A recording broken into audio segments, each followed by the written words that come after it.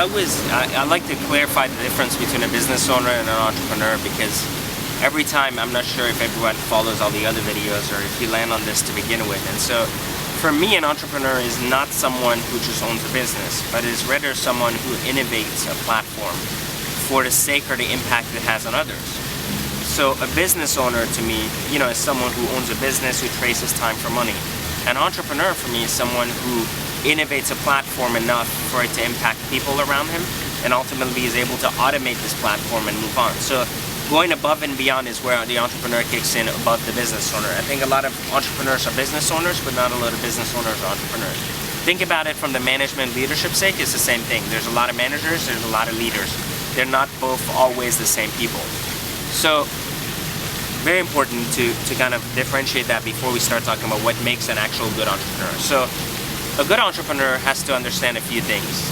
The first one is that an entrepreneur has a foundation and is no longer worried about money.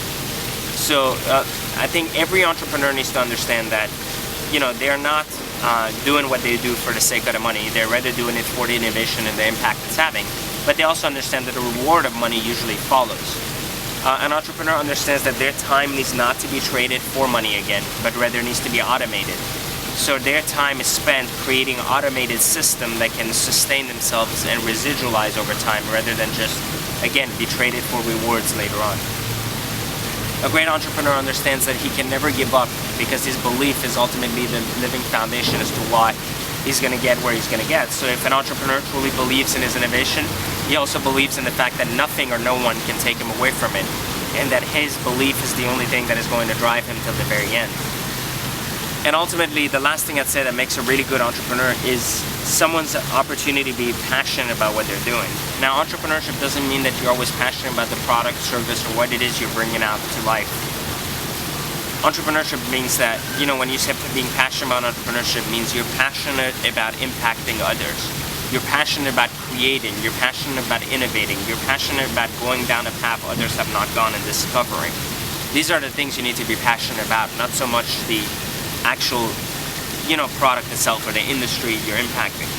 If you're passionate about creating or discovering, then you're passionate about going places you haven't gone. Remember that entrepreneurs are forging paths for others to follow, and for others to be able to follow to a certain point and then forge their own paths.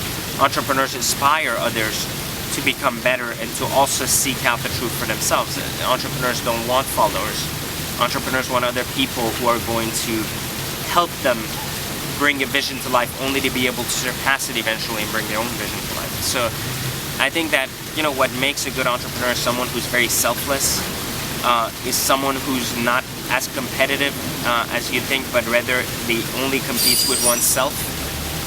And more importantly, I think a good entrepreneur is someone who understands that innovation doesn't know any boundaries and doesn't have a name associated with it.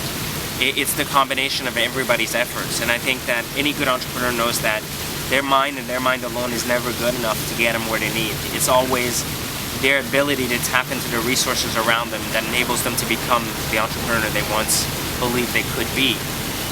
There's a lot of value in being an entrepreneur and being able to, you're almost like a fixer. You fix every problem in your life, and the way you know you're going to become an entrepreneur is usually if you like taking on problems and facing challenges rather than having it easy.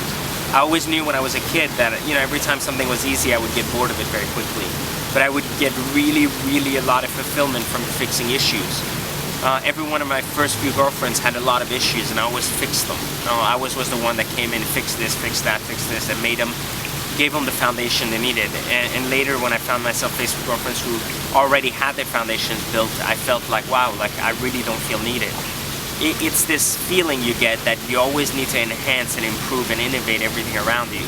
And you always look at everything through that lens rather than looking at it through the idea that it's good enough as it is. Like, you're almost a perfectionist, and you're willing to let things go, so you're not obsessive about how you feel, but you ultimately know that if things are not perfect, then you always look in your mind to see what could be better about it, and if that is indeed for you to make it better.